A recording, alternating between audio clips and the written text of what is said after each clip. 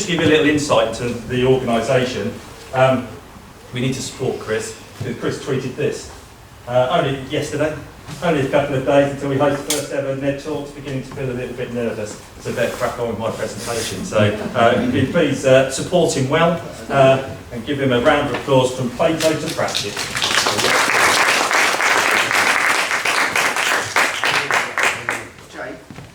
Start on the timer. Oh yes please, yeah, that's important, isn't it? Is it touchscreen? No. How long have we got? Okay, so the subject of creativity came from a suggestion I made because of something that I've been looking into anyway. I've been looking at the idea of, well, what creativity is. We talk about it's something that we want children to be. We want them to be creative, we want them to show creativity, but what do we mean by that? Earlier this year, LinkedIn, the social network, did some research where they looked at all of the sort of the job applications and the qualities that employers wanted in employees, and they came out with those as the top 5 soft skills that employers are looking for. So creativity, right there at the top, number 1. So I did a bit more looking at how important we think creativity is. This is what they said about it. This was their statement to explain why it came so high.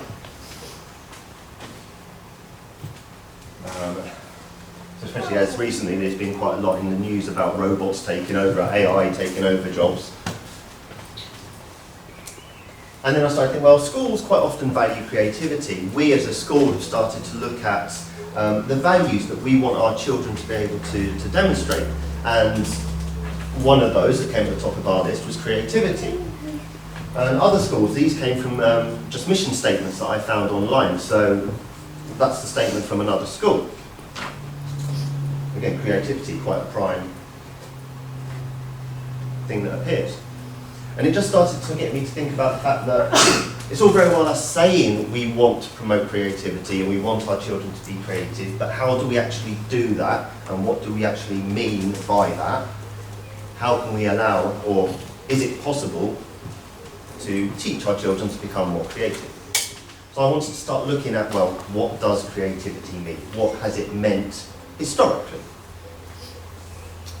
So a few other people who talked about the importance of creativity. Arthur Costa, Bean Mechanic, in their book Habits of Mind, they listed 16 different things they felt was important.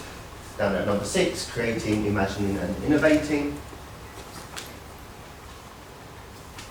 Guy Claxton and Bill Lucas wrote a book called Educating Ruby, where they had the 7 C's, so they came up with 7 statements that they felt were important things that we need to teach. Down there at number 5, creativity. So lots of people say it's an important thing, something we should be promoting.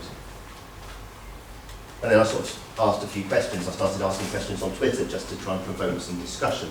So I asked, well, what do we mean by creativity? Is it something that can be developed? Is it a skill that we have that can be developed? Or is it an innate human quality that we all possess? So is it something that we're all born with? We all naturally are creative? Or is it sort of a mindset, a way of thinking? So a way of utilising different skills in order to be creative? So what do we mean by creativity? Well, I went back, I started way back, I thought I'd go back to ancient Greece and the philosophers. In my mind, I was thinking that must be quite a creative time. So you had the great poets, Homer, Hesiod, Ovid, people like that. And just thinking of all the myths and legends and that abound.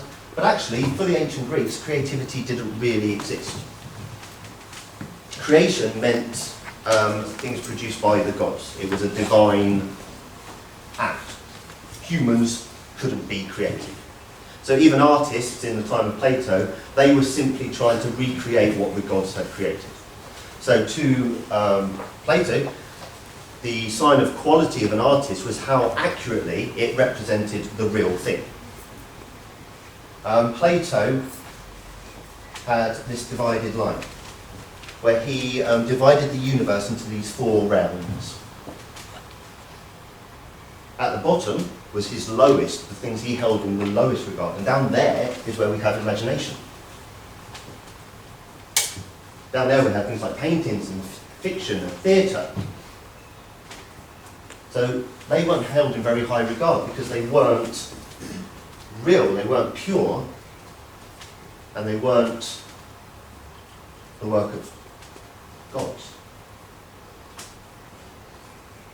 Aristotle was similar. He talked about creativity as being a gift from the gods.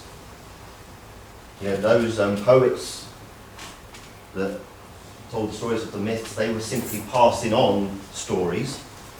They weren't creating them themselves. And they are the people responsible for those creations. So the Muses.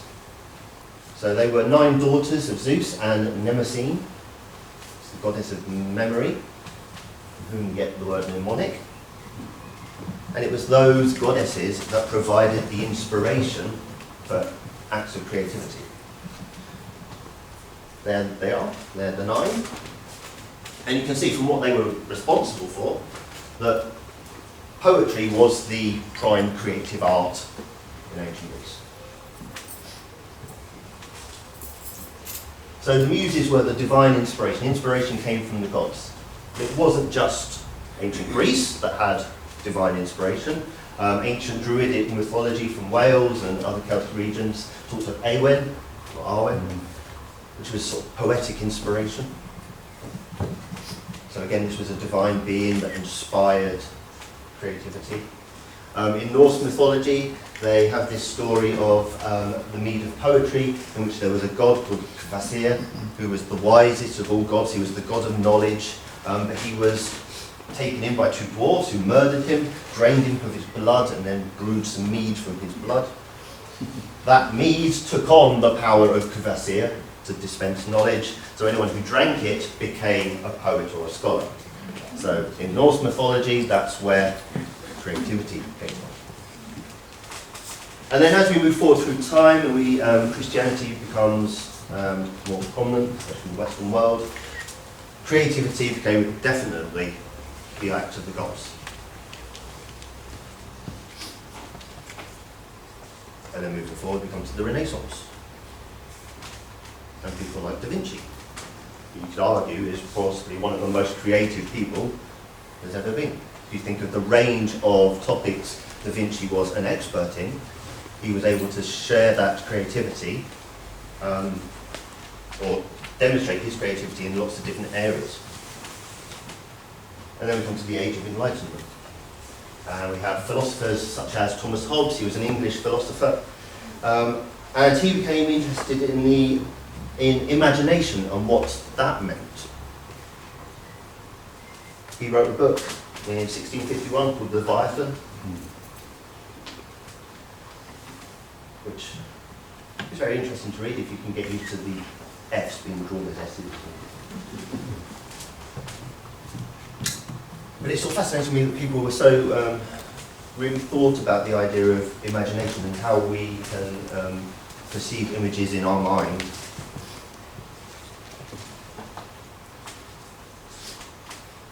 Such when he describes the creation of mythical beasts, such as the centaur. So a creature that's made of half horse, half man. And you think there are so many mythical creatures similar to that. You've got the Minotaur. Of course, it wasn't just other cultures. Ancient Greeks were doing that. Ancient Egyptians, sorry. And you blend in humans with animals for their gods. And of course, we can mix up lots of different animals, so we can take bits, ideas from different places, join them together to create something new. And it's not just ancient mythology that does that. Anyone remember? Bumble Lion.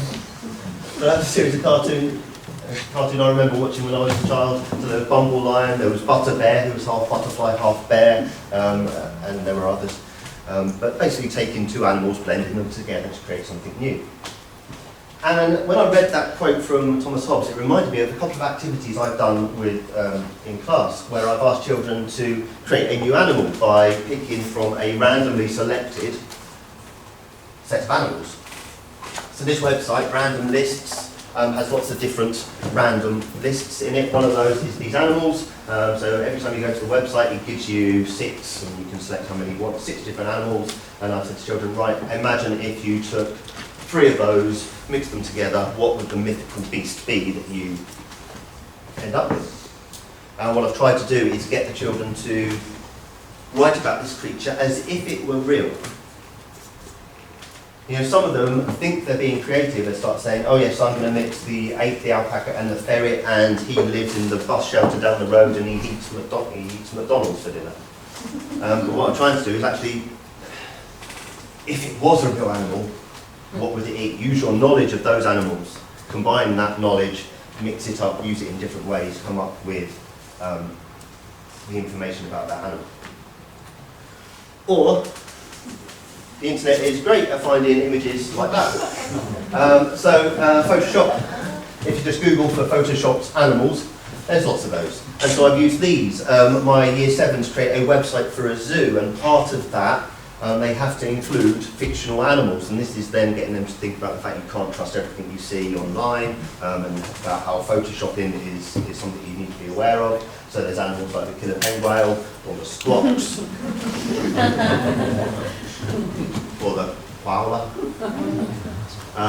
And some of them are more believable than others.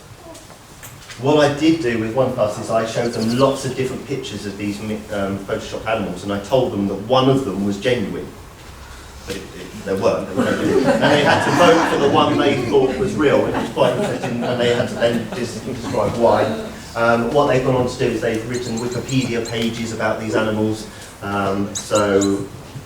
There's the X-ray goggles you can do on websites where you can change the code.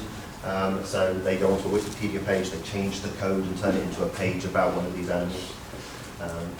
Again, mixing ideas, so it's information they know these individual animals, they know about those animals, can they mix that and put it together to create something new. So then, as I was reading about the historical perspectives of what creativity is, the focus became on what genius meant and the role of imagination in genius.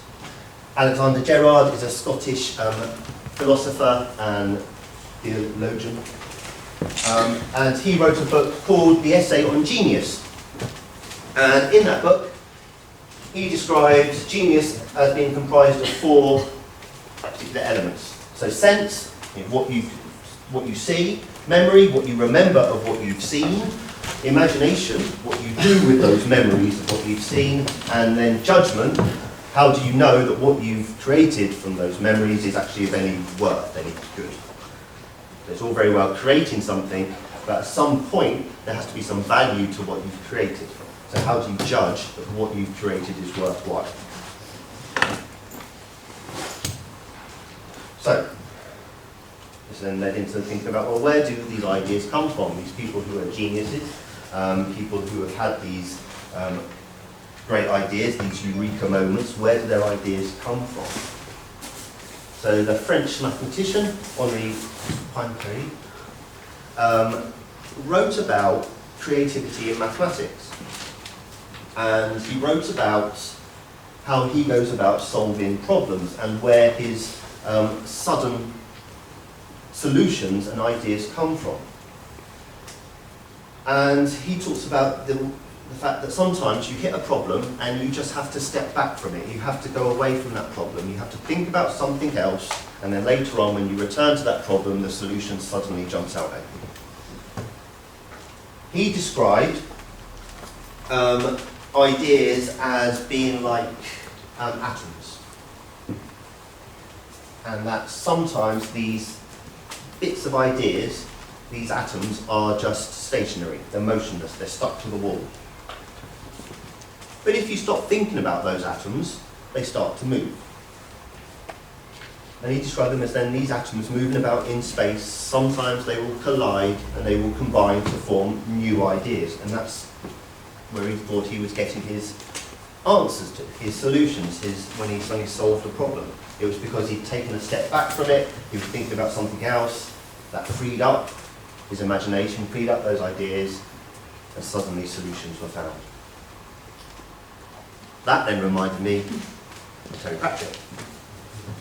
And it reminded me of a part in the book where he talks about inspiration particles. So he talks about inspiration particles as things constantly flying around the universe, and every now and again they strike. And if they strike the right person at the right time, an idea is formed. What I quite liked is the idea of that these inspiration particles are flying around all the time, and sometimes they miss, and sometimes they hit the wrong thing. Read the bottom paragraph. Very musical frog. But it's like he's sort of taken that notion that ideas come out of nowhere and has taken it to the next level. He also then wrote about almost like the opposite effect. Sometimes some people are hit by the negative particles and lose ideas and become less creative. In the early 1900s, psychologists became more interested in the idea of creativity. Graham Wallis wrote a book called The Art of Thought, in which he wanted to come up with a model of the creative process. What do you need to do in order to be creative? And he broke it down into 4 stages. There's the preparation, where you think about the problem. You get all the information you need in order to try and be able to solve that problem or solve that idea. And then incubation is where you just let that information just sit in your mind. You don't really think about it much more now. You just let it sprue. Illumination is then that sudden moment, that eureka moment, that light bulb, where suddenly something clicks. Verification is then the process of checking to make sure your idea has worth, has value.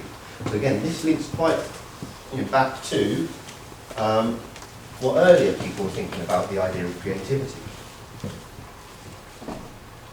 And so I'm just trying to think about, well, do we allow children to go through these stages? I would have thought the incubation stage particularly is one of the hardest ones. That really is just saying, just go away and do something else. Think about something else for a moment. When you come back to it, you may then have the solution, the idea may come to you. I'm just thinking about myself and trying to work out a problem, trying to find where I've left my keys. Sometimes you have to stop thinking about it, and then suddenly the answer comes to you. Do we allow children time to do that?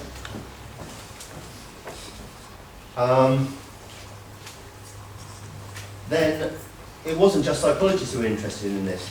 An advertising executive, one of the inspirations for the Mad Men TV series, James Webb Young, wrote a book about how he got his ideas, called A Technique for Producing Ideas. And he described,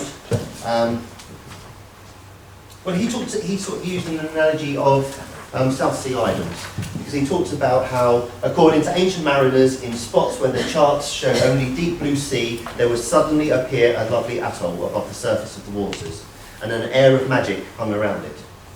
And so it is, I thought, with ideas, they appear just as suddenly above the surface of the mind, and with that same air of magic and unaccountability.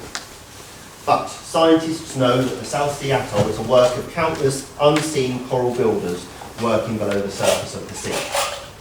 It is only the final result of a long series of unseen idea-building processes which go on beneath the surface of the mind. So, ideas may seem to come out of nowhere, but actually a lot of work has gone on before that. So a creative act is the result of a lot of work in the background. So he described 4 stages. First, the gathering of information.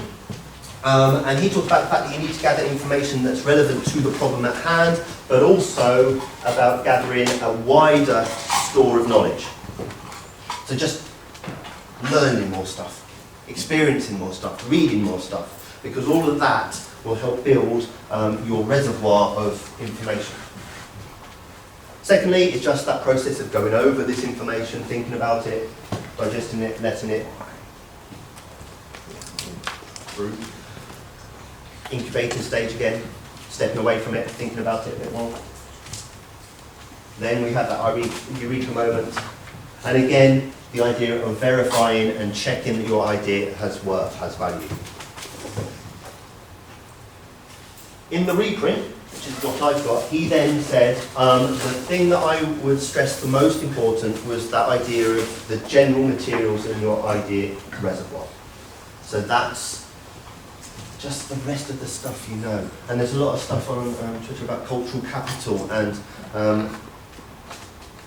getting children to experience as much literature, as much art, as much different stuff as possible to help feed their imaginations. And then he talks about the importance of words as just symbols of ideas, and therefore by collecting words, by building your vocabulary, you can come up with better ideas. And then, I was going to then talk more about J.R.R. Tolkien, and I used him as an example of that wide reservoir of ideas. Tolkien's work has influenced so many different people, but he drew his influences from so many different places as well. There's stories of him as a young child being bitten by a tarantula in South Africa, which led to the giant spiders that appear in The Hobbit and Lord of the Rings. The two towers that appear in The Lord of the Rings, he grew up in an area of Edgbaston where there was two tall factory towers nearby. He fought in the First World War, and there's the marshes in Lord of the Rings come from his experience of the trenches. And there's so many wide ranges, so much Norse mythology, ancient Arthurian legend that feeds in and inspires J.R.R. Tolkien. So, I think that in order to be creative, the question I'm asking is, do children need a wealth of subject-specific knowledge? They need to know the stuff about that topic they're studying, but do they also then need that reservoir of cultural influences and inspirations to help to stir together in order to come up with something new? Thank you.